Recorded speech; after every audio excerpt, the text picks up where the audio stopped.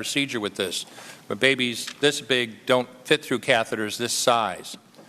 After suctioning the amniotic fluid out from around the baby, you introduce an instrument called a Sofer clamp. It's about 13 inches long. It's made of stainless steel. The business end of this clamp is about 2.5 inches long and 1/2 inch wide. There are rows of sharp teeth. This is a grasping instrument, and when it gets a hold of something, it does not let go. A D&E procedure is a blind abortion, so picture yourself introducing this and grabbing anything you can blindly and pull, and I do mean hard, and out pops a leg about that big, which you put down on the table next to you. Reach in again, pull out an arm about the same length, which you put down on the table next to you. And use this instrument again and again to tear out the spine, the intestines, the heart and lungs. Head in the baby that size is about the size of a large plum. Can't see it, but you've a pretty good idea you've got it if you've got your instrument around something and your fingers are spread about as far as they go.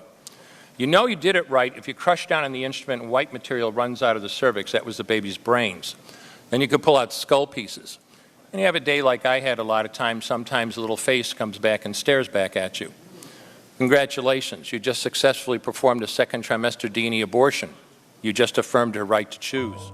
You know, I ended up getting pregnant by him, and at that time, you know, I wasn't really financially stable. You know, I was living at home with my mom. You know, I wasn't financially stable. I wasn't ready. I didn't even tell anybody about it, so I ended up, you know, going to the doctor and having the abortion. I really don't know if I really felt anything. I just wanted to be over. There were other women there, but no one really talked to each other. We just sit there and we just waited to, you know, for our turn to go in and for them to do what had to be done. So the options could have been adoption. If I had been thinking, I could have called my mom. I could have said something to her. Being someone who did foster care when I was younger and adopted kids, I'm sure she'd be willing to take in my child.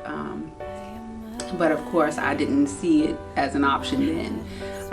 I was in a household where, you know, to be pregnant again after being a younger parent the first time around, I didn't see that as something that I could do. I didn't want the shame, I didn't want the embarrassment, I didn't want the guilt of being pregnant again.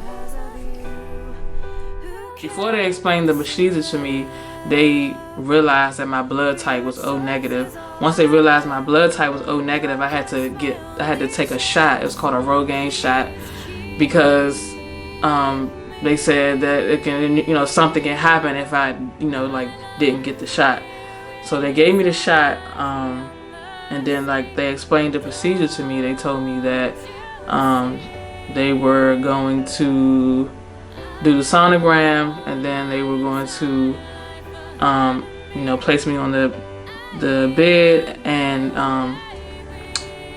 put, like, you know, insert a speculum, and then once they insert the speculum, they use like a suction to like take it out of you. They explained that the procedure was about 5 to 10 minutes long, and that's what it was. Like it was quick, just like they said. They said that I would have, like while it's going on, they said that I would have a few cramps, like, you know, period cramps, which I did, and the procedure was quick.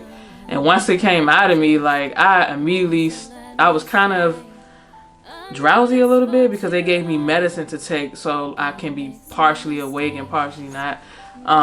So like once it came out of me, like my eyes was open. I can see it a little bit, you know, I can see the fetus like a little bit, you know, visually, and like I just automatically started crying. And so after my second abortion, it was a little while later that I learned that I had cervical cancer. And I had to go in and get a biopsy, and there were some abnormalities there. And it was at that point that I realized that God was not pleased with either of my decisions. And as a Christian, I knew that beforehand, but I really got an understanding of, you know, what He expects out of me. And because of that, I promised the Lord that from that point on, that if I ever got pregnant again, that I would never, if He healed me from the cervical cancer, that I would never have another abortion. I was having like real contractions, and I was like really about to go into labor. So I started feeling nauseous and I started to throw up. And after like almost an hour of that, it was just a bunch of bleeding. And then finally I looked down and just felt like something was just sitting down there, and I'm like, what is going on? So I went down there and I thought it was a blood clot, and I opened my dress and I saw it, and it was the baby, and I could see it inside the egg, and I could see the tiny little eye, and I passed out and I fell, and my husband came and checked on me, and I just couldn't say the words, and I just started crying and screaming. And I'm like, I don't know why I did this. They didn't tell me I would see this. And he like cracked the door open a little bit, and he's just saw everything, and he was like, and he started crying. And he was just like, oh my gosh, like, is this normal? Like, are you supposed to be having, going through all of this? And I was just uncontrollable, and I was just crying, and I was just sitting there just staring at the little egg sack, and I'm like, and I'm just thinking, like, what did I do? Like, why would I do this? Why would I go through with this?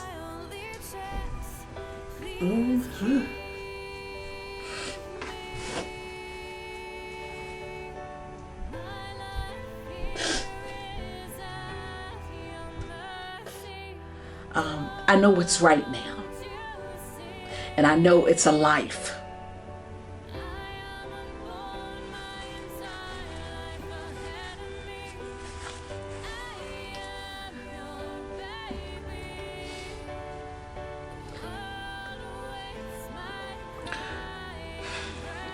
And when I hear about abortions, it just takes me back to me.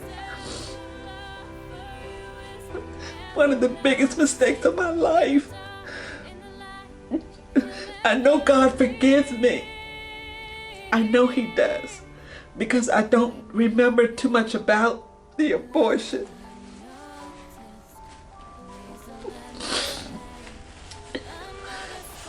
I also know that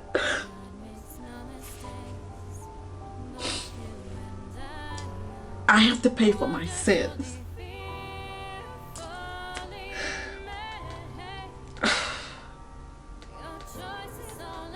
One way or the other, because it was a sin that I committed.